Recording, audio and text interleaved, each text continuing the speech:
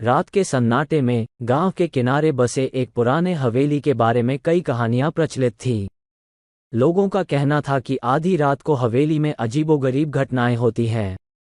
राघव, एक निडर और जिज्ञासु युवक, इन कहानियों की सच्चाई जानने के लिए उत्सुक था। एक दिन राघव ने तय किया कि वह आधी रात को हवेली में जाएगा और उन रहस्यमयी घटनाओं का पता लगाएगा। दोस्तों और परिवार ने उसे रोका, लेकिन राघव की जिज्ञासा इतनी बढ़ गई थी कि उसने किसी की नहीं सुनी। रात के अंधेरे में अपने हाथ में एक टॉर्च और एक नोटबुक लेकर राघव हवेली की ओर बढ़ गया। राघव जैसे ही हवेली के पास पहुंचा, उसे एक ठंडी हवा का झोंका महसूस हुआ। हवेली की दरवाजे पर एक जंजीर लगी थी, लेकिन जैसे ही उसने दरवाजा छुआ, जंजीर खुद ब खुद खुल गई। राघव ने हिम्मत जुटाई और अंदर प्रवेश किया। हवेली के अंदर अंधेरा था, सिर्फ टॉर्च की रोशनी ही उसे रास्ता दिखा रही थी। चलते चलते उसे एक पुराना ग्रैंडफादर क्लॉक मिला, जो आधी रात का समय दिखा रहा था। अचानक क्लॉक ने अपने आप बजना शुरू कर दिया। राघव का दिल तेजी से धड़कने लगा, लेकिन उसने अपनी हिम्मत नहीं खोई। जैसे ही राघव आगे बढ़ा, उसने देखा कि एक पुरानी तस्वीरें दीवार पर लगी हुई थीं। एक तस्वीर में उसे एक परिवार दिखा, जिसमें एक छोटे बच्चे के साथ एक बुजुर्ग दंपति थे।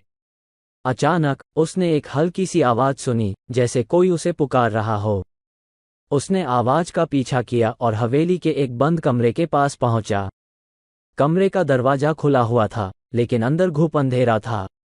राघव ने टॉर्च की रोशनी डाली और देखा कि कमरे के बीचों बीच एक पुरानी मेज रखी हुई थी, जिस पर एक किताब खुली पड़ी थी। राघव ने किताब को ध्यान से देखा, उसमें कुछ पुराने नक्शे और अनजान भाषा में लिखी बातें थीं। जैसे ही राघव ने किताब को उठाया, हवेली के सारे दरवाजे और खिड़कियां जोर जोर से बजने लगीं। राघव डर गया, लेकिन उसने अपनी जिज्ञासा को जीतने दिया और किताब पढ़ना शुरू किया।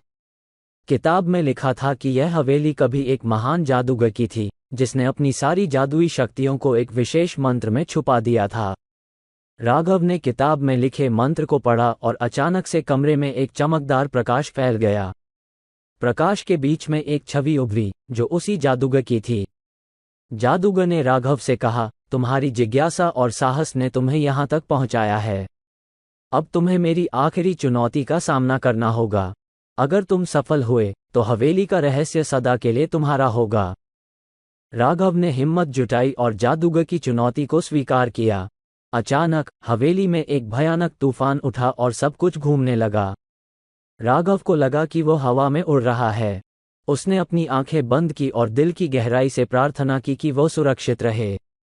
जब उसने अपनी आंखें खोलीं, तो उसने खुद को एक सुंदर बगीचे में पाया। बगीचे के बीच में एक सुनहरी तालाब था, जिसमें से एक जादुई पुल उभर रहा था। राघव ने पुल पार किया और तालाब के दूसरी तरफ एक चमकदार पत्थर देखा। उसने पत्थर को उठाया और जैसे ही उसने उसे छुआ, हवेली के सारे रहस्य उसके सामने उजागर हो गए। राघव को पता चला कि जादूगर ने अपनी सारी शक्तियों को इस पत्थर में छुपा रखा था। राघव ने पत्थर को अपनी जेब में रखा और हवेली की ओर लौटने लगा। जब वह हवेली के बाहर निकला, तो उसने देखा कि सुबह हो चुकी थी। हवेली के सभी दरवाजे और खिड़कियां अब सामान्य दिख रहे थे। राघव ने गांव के लोगों को अपनी अद्भुत यात्रा के बारे में बताया और उन्हें उस रहस्यमयी पत्थर के बारे में दिखाया। गांव के लोगों ने राघव की हिम्मत और साहस की तारीफ की और हवेली के रहस्य को समझने की कोशिश की। इस तरह राघव की यह रहस्यमयी यात्रा न केवल उसकी जिज्ञासा को शांत करने वाली बनी, बल्कि गांव के लोगों के लिए भी प्रेरणादायक साबित हुई। अब गांव के सभी लोग हवेली के रहस्य और राघव की हिम्मत की कहानियां सुनाते थे और उसकी तरह साहस और जिज्ञासा को अपनाने की प्रेरणा लेते थे।